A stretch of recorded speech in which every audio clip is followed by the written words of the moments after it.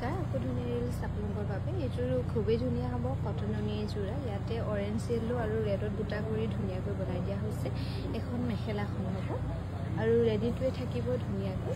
ভাল লাগিলে স্ক্ৰীনশ্বট লৈ আমাৰ 9678284538 নম্বৰৰ যোগাযোগ কৰিবলৈ নাপাহৰিব এইযোৰৰ জুমুৰ ছোৱালী নাচি থকা ডিজাইনত ধুনীয়াকৈ বনাই দিয়া হৈছে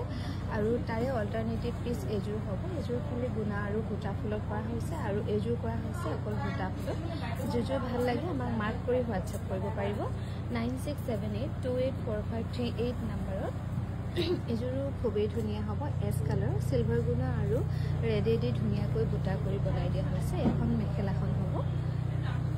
আৰু ধুনীয়াকৈ ৰেডিটোৱে পাব আমাৰ ধেমাজিৰ বিপণীখনৰ পৰা এইযোৰো খুবেই ধুনীয়া হ'ব সিলভাৰ গুণা আৰু মেৰুনত বুটা কৰি ধুনীয়াকৈ বনাই দিয়া হৈছে